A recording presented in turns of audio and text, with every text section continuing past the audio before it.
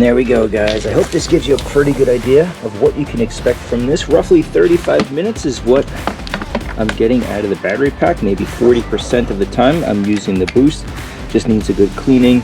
I'm charging the battery now, and I like it. It does a really good job. I'll link it below if you want to check it out, and thank you for watching.